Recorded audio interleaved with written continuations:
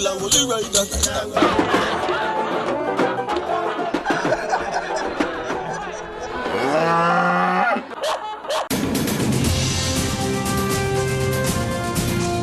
Mary Amanda Mushet Collins, otherwise known as Sister Mary and Aunt May. She is the pastor of the Emmanuel Apostolic Church. And her children are telling us some of their family stories. Here is son Samuel Collins. I wanted to be an accountant. Why I wanted to be an accountant is that back in those days, my father had an insurance policy. And then at the end of the year, he used to get in a specialist, an accountant who would come in and look through the books, update the books, and then submit the information, and then you would get a rebate. Mm-hmm. So I saw this gentleman in his black pants, white shirt, and black tie, and I was impressed. You know, I was probably about 12, age 12, I was impressed. And I said, Papa, what a man there do? And he said, son, him accountants. That's what he said, him accountants. And he was genuine. Yeah. Because it was years afterwards that I learned my father really couldn't read. Yeah. I went to high school. The closest I got to accounts was commerce in those days. Went to CAS, wanted to do business administration. I got to talking to the registrar then. And the registrar said to me, then son, tell me something. What is it that you did before you got here? I said, I did 4 years of preaching and teaching. And she said, so why don't you try this subject then? And she introduced me to business education. I know in business education, the two main subjects are accounting and the principles of business. But then, in those days, you could either go into the classroom as a business education teacher, or you could go into business. Mm-hmm. Once you're being trained as a teacher in those days, you got a stipend. Now, having the Christian background, you know, from my parents, yeah. I said, no, I can't just eat the government money and then don't go into the classroom. So I went into the classroom. I started out at the Woolmer's Boys School in Kingston. You know, so my father and my mother, although my father couldn't read, and my mother did not get to go where she wanted, but she ensured that we all were exposed to a good education. Today, I'm employed at the University Hospital. Mm-hmm. I'm the director of training at the University Hospital. I've been there now for 10 and a half years. Right. Looking back, what went wrong while your father grew up without learning how to read and write? The little that he has told us about his growing up in North Manchester, Craighead, is that, first of all, they had quite a number of brothers and sisters. I think there were about 14 of them that his parents had. Mm-hmm. And that, of course, mitigated against them being able to send them, in finding the finances to send them to school. Just the size of the family. Just the size of the family. Yeah. And the other thing, they were steeply involved in farming. And at a very early age, you have to learn to dig your yam hills and cut your yam stick and so forth. So most of the time, they were out of school farming. Yes. The other thing is that he told us is their religious belief. They were steeped in what we call Pocomaniaism. Mm-hmm. Pocomania, revivalism. Yes. And they had this belief that if you try to progress too much, people are going to keep you back. They would walk over upon you and keep you back, so to speak. And as soon as a little thing happened, they just gave up. Yes. Because they felt that they were being held back. Yes. And this is one of the reasons why my father was happy that he was able to leave that side, because they had that thing to say, they tie you down. Yes. And he was happy to leave that side to come to South. Coming to South, he really started to prosper. Yes. The first thing was meeting my mother. Yes. my mother. Yes. He really started prospering, having met her and coming into the church. Yes, that's very interesting. Yes. Eden is the, where were you from? I'm the fourth child. I'm a bit teary-eyed because I was around the back and my nieces, they were singing, and the song they were singing about my mother, and they were saying that she was someone who taught us right and wrong, and someone who ensured that we grew up with purpose. Hearing all of that and really recognizing that my mother, she's really, really special, a very special mommy. It's even the other day we came down and had a birthday party for her, and it came home to me so strongly that she had 7 children, you know, and she found time as a housewife and also take care of her husband. And she had a a church that started from nothing, call it that. She was also the person who was an encourager. When I did the common entrance, I didn't pass the common entrance. Grade 5. It's as if I didn't find myself there. But I remember coming to grade 6. I remember when we were supposed to go for it, we had to walk about 4 miles to Prattville. From Lancaster, from my home, to Prattville to do the exam. I remember two neighbors, the children, we were supposed to travel together, walk together to go to their exam. And when we came out to the gate, only to hear that they were gone. And I was the only one left, and I had to walk. And I remember she said, don't mind Eden. Go, take your time and walk, and go and do your exam. And there were only 2 passes, and out of those 2 passes, of course, I was one of them. I went in there and did exceptionally well, especially in math, also in language art. She didn't just leave us alone like that, sending us to Sunday school. And she was always, you could hear her at about 4 o'clock each morning on her knees. And she was praying, and she was calling each child by name. Eden remembers when the pastor of the church left before her mother took over, and the church began to fall apart. When he left, it was just a few of the members. And when he left, and before he left, he said, it's rat bat. The church was right here, and it was a small structure. And he said a rat bat was going to take it over. The few members, they went home, they stayed at home. Nobody was coming to the church. And guess who took it up on her head? Nobody asked her to. Nobody called her from headquarters and said, do it. But she took it on her head to come to the church almost every night to pray. In the darkness, the road wasn't asphalted then. The rocky stones, 1 mile. 1 mile, dark night, no electricity, nothing. And she would come up here to pray at the altar. And I was one who normally come with her. She used to carry me in the nights with her, and I would be sleeping at the altar, and she would be praying. And the people started to come back into the church And after that, sir, it was like a miracle. Things just started turning around. Young people started coming into the church. Persons who were here previously, they came back. Until you see this structure that we have here now, yes. Coming out of that, coming out of my mother. Just one woman. Nobody could ask her to, but she was chosen. She was called by God.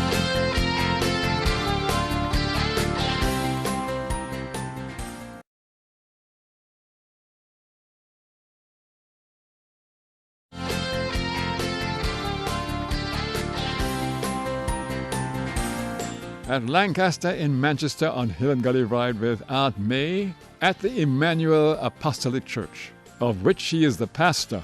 She would pray at about 4 o'clock or so in the morning, religiously, and she would call all of us names. And incidentally, I'd be the second one, as soon as she called my name, I would just wake up to hear that. And it used to annoy me a lot that she was calling me and praying. And so after a while, I really drifted from the whole religious thing. But she kept on praying. When she was coming through the square to come to church, I was holding a film show in the square.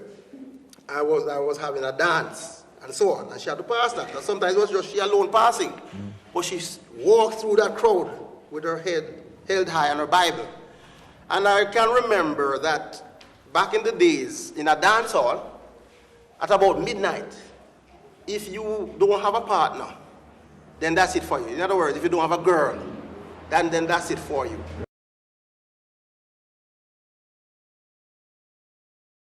Girl. But somewhere around that time, when my mother would be praying, and I should be locked down with that girl, so to speak, and comfortable with that girl, I got very uncomfortable. At the point in time, she would have been kneeling down at home praying.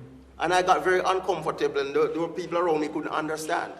So after a while, I started not to enjoy the whole dance hall and that kind of thing. And I started coming closer and closer to the church. So that's, a part of her prayer. Yeah. In the nights, for example, when we took sick, and if you're going to get to a doctor, it would have to be by donkey.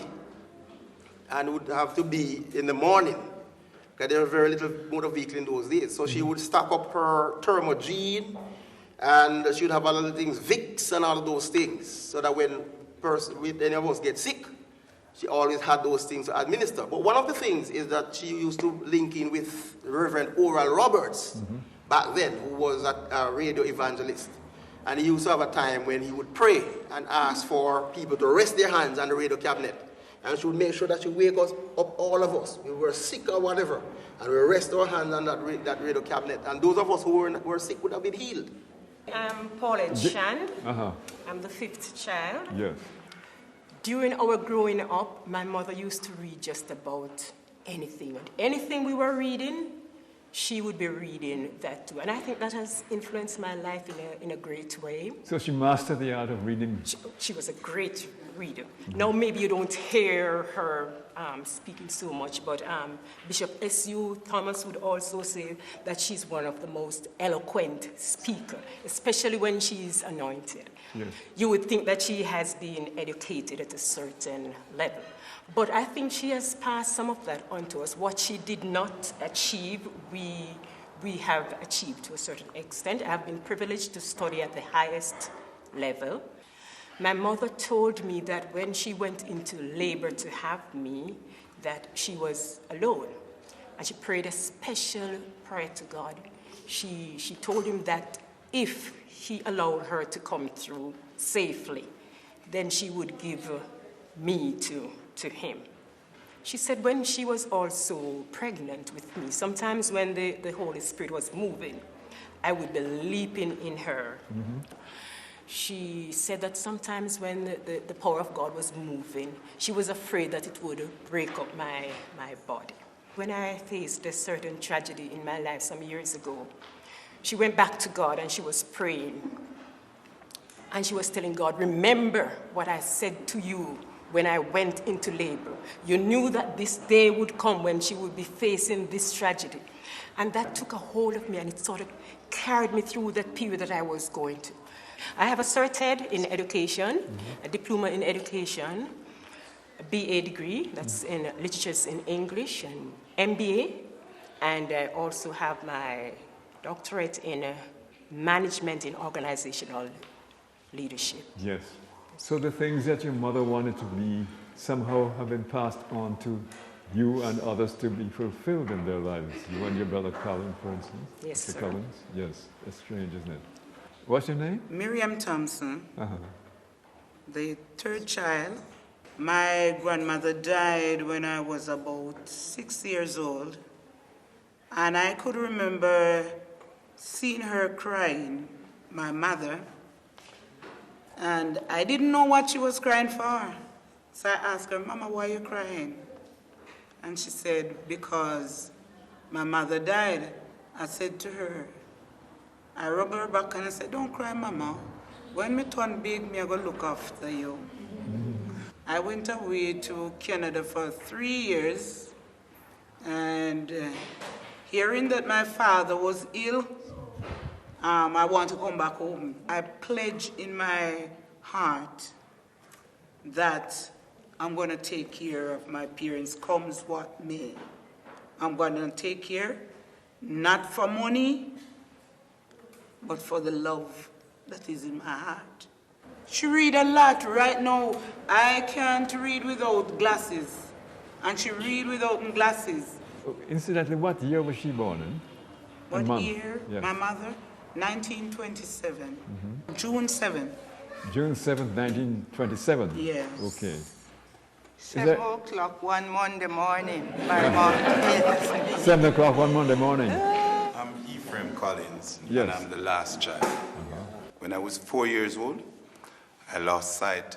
I got hit in my left eye, and my mother was always there for me, every step of the way. And even during that period of time, being there with me, she used to be running the church, running the home, running the community. Because if you listen, everybody tells you that she prays. She prays for everybody. She's 85 years old, and she's still praying for me. I did not recover my sight. I still went to school, and I am now really a tradesman. I do like tiling and plumbing. So she did all that a woman could do for her children. It was 7 of us, and it was very hard, but she fought the battle, you know, and that's why we're here today. Yes. In the church circle, in those days, it was not the best thing for you to go to college, because we were basically told you were looking forward to the coming of the Lord, basically. So if you didn't get a college degree, it was not that important. What was most important, that you are saved, sweetly saved. So most persons did not aspire to go to college. If you didn't get a college education, it was okay. There was honey and wine in heaven, so and milk. So it was okay then. But afterwards, young people began to recognize that it wasn't just cool to be saved. We needed education. We need to go further. And so young people themselves started to look towards education and started some cart their own way without their parents to go to college. Yes. If you did not get the common entrance, because I remember girls that were in my class, that same grade 6 class, they were very intelligent, but somehow or another they didn't get the common entrance, and they ended up being like domestic workers. There was a lot of waste that took place. Yes.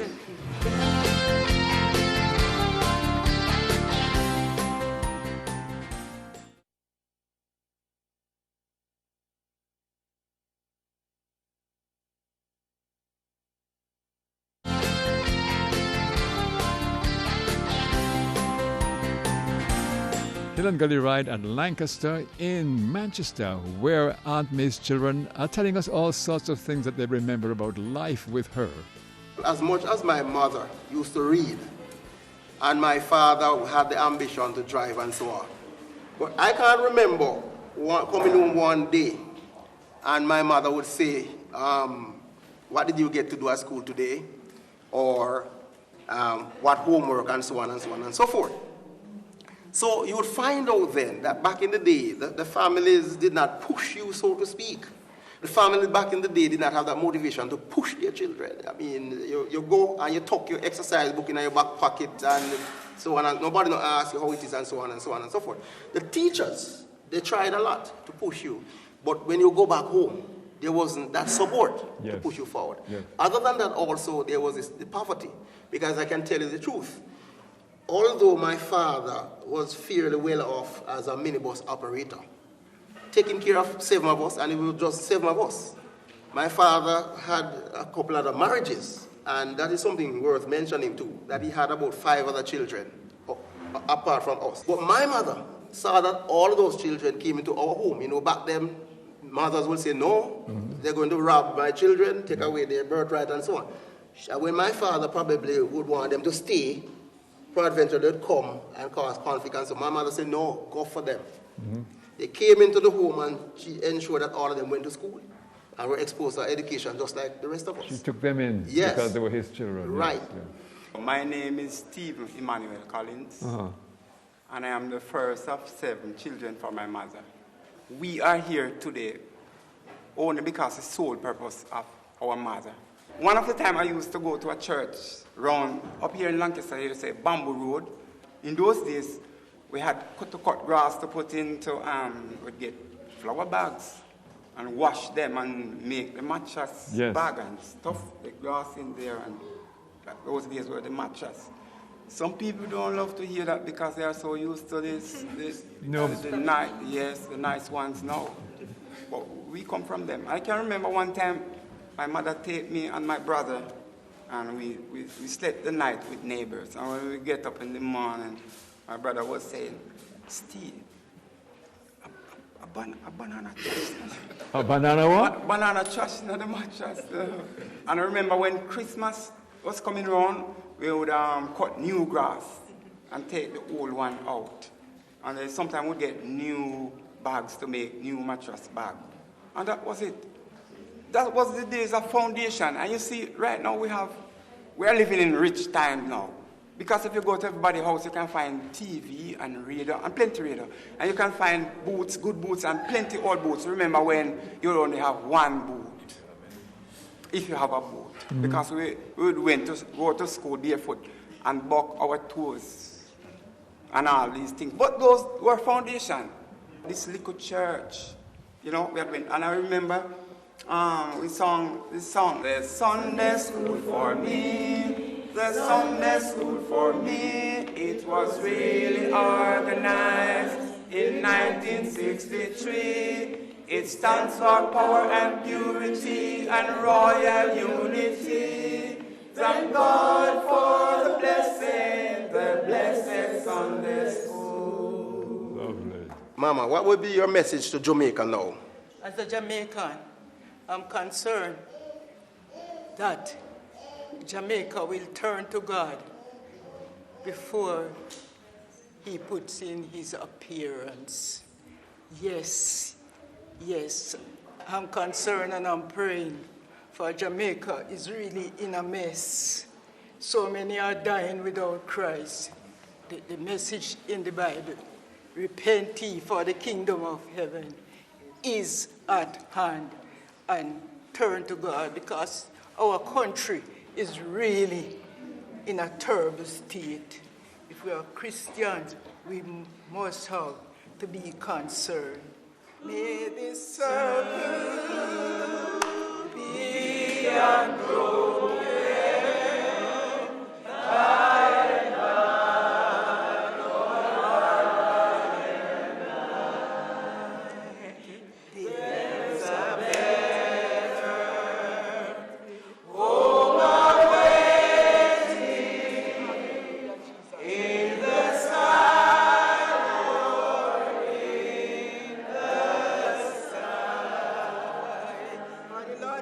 Shall descend from heaven with a shout, with the voice of the archangel, and the dead in Christ shall rise first.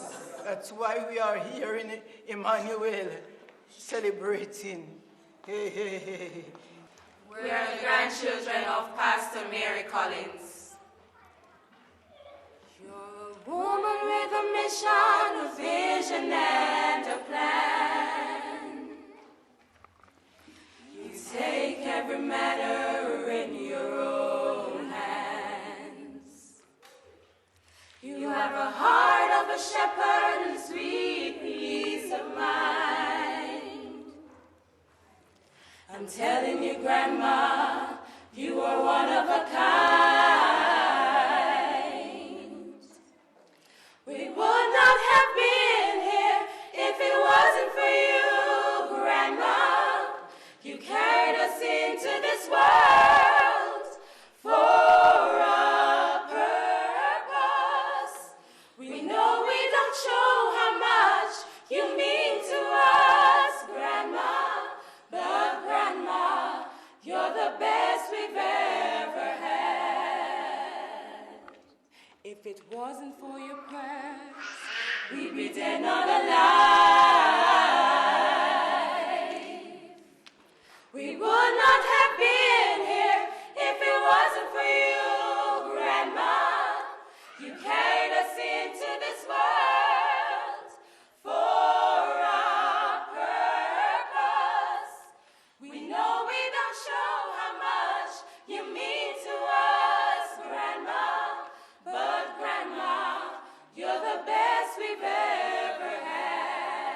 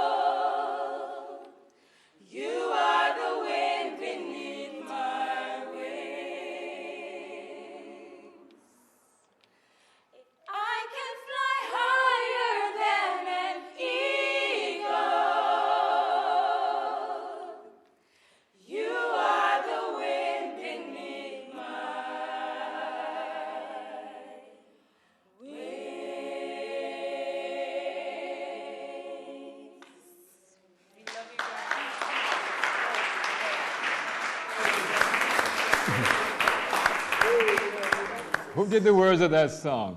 What inspired you to write the words? Tell me. Actually, well, I'm not a big writer really. I just do it occasionally. And I just sat there one day and I thought of my family. And what really inspired me also was my mother and my grandmother, because my grandmother raised my mom. So she kind of have that same personality. So my mom actually inspired me to write that song. Thank you very much. It was a beautiful, lovely song. I'm telling you, Grandma, you are one of a kind. We would not have been here if it wasn't for you, Grandma. You carried us into this world for a purpose. We know we don't show how much you mean to us, Grandma. But Grandma, you're the best we've ever had. Hill and Gully ride with Aunt May at Lancaster in Manchester. She is one of that legion of stalwart senior ladies who have helped to keep communities and families together across the length and breadth of Jamaica. And we make our way uphill.